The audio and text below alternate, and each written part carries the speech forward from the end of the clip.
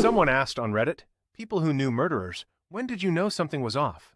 A regular neighbor, coworker, or even someone you love. Can you imagine the moment you realize you're face to face with a killer? Store 1. I shared a room with him once. Now, knowing what he did gives me chills. He was always a little weird. He kind of moved to his own rhythm. He was always in his own world, never really interacting with anyone. It was like people didn't even exist to him.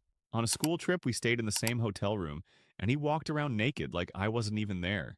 I always thought he might have been autistic, but looking back, it might have been something way worse. Maybe like schizophrenia.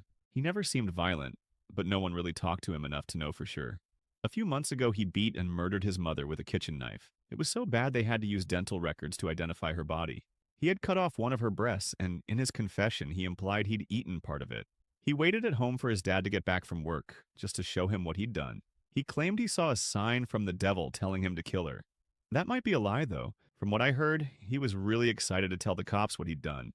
And from what I knew about him, he might have just said that to get attention. He turned himself in, waived his Miranda rights, and confessed to everything. When the cops found him, he was literally covered in blood. He refused to wash it off, so they had to hose him down before putting him in a cell. He's looking at 40 years in prison. His mom was an amazing woman. She used to sew our choir uniforms and volunteered all the time.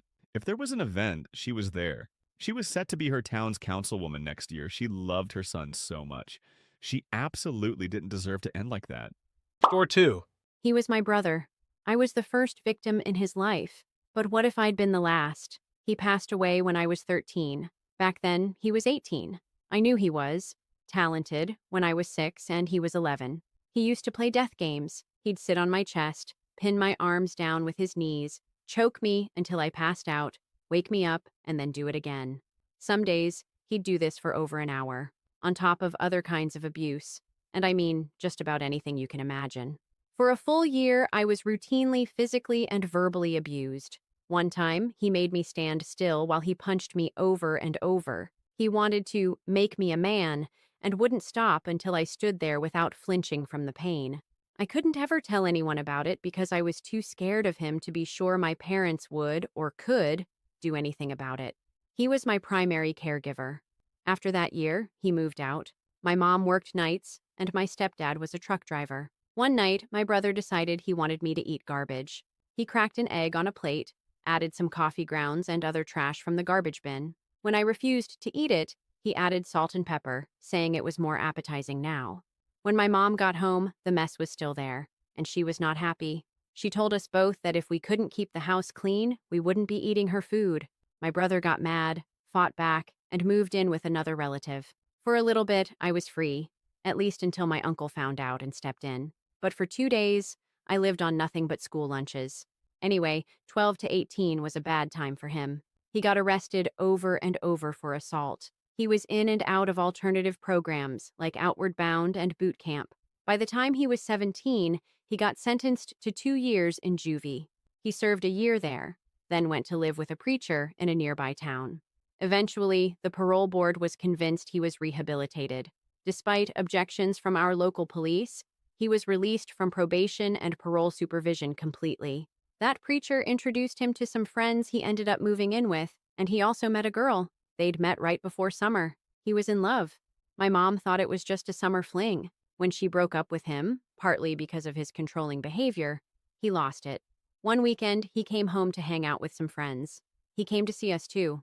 Later, my mom would say she knew something was off about him, but that's all hindsight.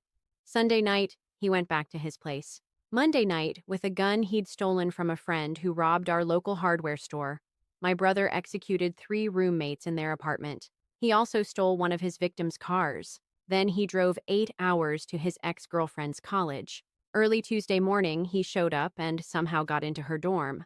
Tuesday morning, he found his ex-girlfriend, shot her in the leg, and locked her and a few dorm mates in a room. He had a 6-hour standoff with police. Eventually, he stuck his head out the window one time too many, and a sniper shot him right in the neck. He tried to shoot at police as they rushed in, but by then, it was the end for him. He later died in the hospital, and my family made national news for a little while. When did I know? I knew when I was 6, and the bad times started. I thought I'd be his first victim. The day he lost his fight was the first real day of my life. Story 3. It was just a feeling. I looked at him, and somehow I just knew he was hurting his daughter. I have no idea how I knew. Around 4 to 5 years ago, my mom hired a guy to remodel her kitchen. He was recommended by some people she knew. The day he showed up, he brought his 11-year-old daughter to help. And the moment I saw them, I thought to myself, I think he's messing with his daughter. I don't know why I thought that. I had no proof. But he just gave me this super creepy vibe. Maybe it was because she was so young. Or maybe it was because he mentioned having another daughter and a son who were supposed to be in school. For 2 weeks, he brought her with him every single day while he worked on the kitchen. She looked fine, even happy, so I shoved it to the back of my mind. But every single day, I'd ask my mom when he was going to be done, praying for the day he'd just get the hell out of our house. He gave me the creeps, and honestly, I didn't want him anywhere near us. My mom brushed it off and told me I didn't understand why I felt that way, because according to her, he was doing a really good job and was just so nice. About a year later, my mom called me and said, "Hey, do you remember Andrew, the guy who did my kitchen?" I said, "Yeah, why? Did he get caught messing with his daughter?" She went quiet for a moment and then said, how did you know?" Apparently, he'd been torturing his entire family, not just abusing his kids, but doing things like tying his son up in a shed outside and making him eat his own waste. All of it was supposedly in the name of Jesus. They finally escaped from him in the middle of the night, and now he's going to spend the rest of his life in prison. Story 4. I know a guy who killed a nurse and became our town's first serial killer. Let's call him Steve. I knew him through scouts. Now, just a little backstory. Our scout troop was pretty laid back. We didn't really care about badges or any of that stuff, and the two troop leaders were super chill guys. Most of the time, we just played dumb games like crab soccer or built catapults to throw stuff across the hall at each other. You get the picture. We were kind of a misfit gang. But Steve? Steve was really weird. When he first joined, there was this thing he'd do where he'd pull his pants down and dance around with his butt out. At first, it was ridiculous and stupid funny, and we'd tell him to stop. But he kept doing it, and it started getting annoying. None of us wanted to see his bare ass, you know? Then it got boring, and after a while, it just turned flat out creepy. No one wanted him to do it, but he kept on anyway. He also brought printed out screenshots of super gross plus 18 videos. It was obvious he was trying to be shocking to entertain people, but it just made him seem more disgusting. He got suspended a few times for stuff like a week or so, but like I said, our troop was laid back, and the leaders were good guys. Probably too nice to kick him out completely. But I remember how childish his mindset was, while at the same time how freaking creepy he was. When I found out what he'd done, I was shocked, but honestly not surprised. Then I remembered playing hide and seek with this guy, in the dark, in a house with a kitchen full of knives. Story 5. I never suspected a thing. She was such a nice woman, so much so that I even let her watch my cousin when I had custody of him. She was my neighbor, and everyone loved her. She grew these giant pumpkins and was always outside, so she interacted with everyone all the time.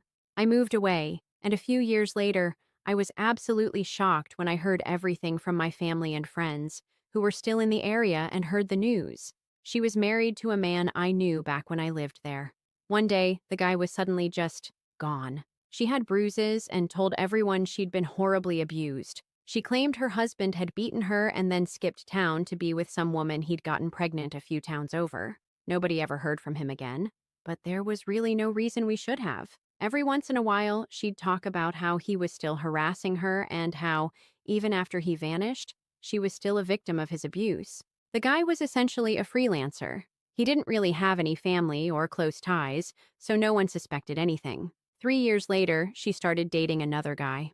While she was dating him, the police started investigating her, saying she'd been stealing money from the store she worked at. They went to her boyfriend's cabin to arrest her, and both of them were there. She answered the door and told them, "Okay, let me go grab something to put on." The cops waited at the door.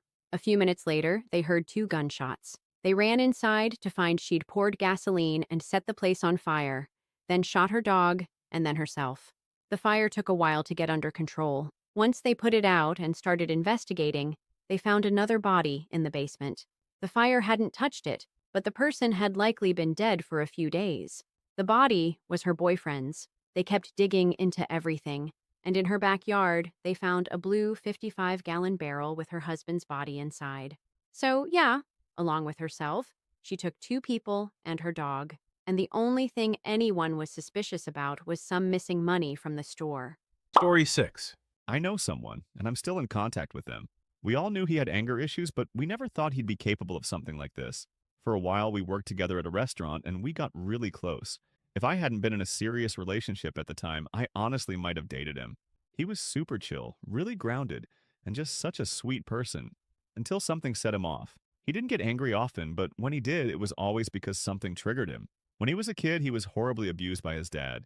So he held this intense resentment towards men who reminded him of his father or looked down on him. That's where we bonded because I was abused by my mom. Luckily, I had resources to help me deal with my trauma. Unfortunately, he never had that. His parents believed God would heal his trauma. His mom ended up leaving because his dad would pull him out of therapy the second he started showing any progress, and she just couldn't take it anymore. Around 6 months after I met him, he got a concussion. He was helping a friend move and a dresser fell on his head. After that, he just wasn't the same. He stopped coming into work and went almost completely silent. We still kept in touch, but we weren't as close. I was moving to the city at the time and he still lived in the suburbs. So we planned to meet up and catch up soon. But a week later, I got a call at 7 a.m. from a friend telling me he was in jail for hiding a body. I was shaken. After an investigation, they questioned him, and he confessed pretty quickly. He'd beaten his dad to death with a barbell and tried to hide the body at home. Afterward, he tried to do the same thing to himself but couldn't go through with it, so he just left the house. After his arrest, I sent him a letter to check in on him. He had been having a psychotic episode and only remembered parts of what happened. He's now serving 40 years in prison with the possibility of parole in his 20s. He's on medication and doing really well. The last I checked, he was running a few activities at the facility and was working through his trauma with a psychiatrist. Still, every time I think about what happened, I get chills. If you have a story you would like to share, please share it with us in the comments. Also, subscribe to my channel for more Reddit stories like this. And don't forget to turn on notifications. Take care, friends.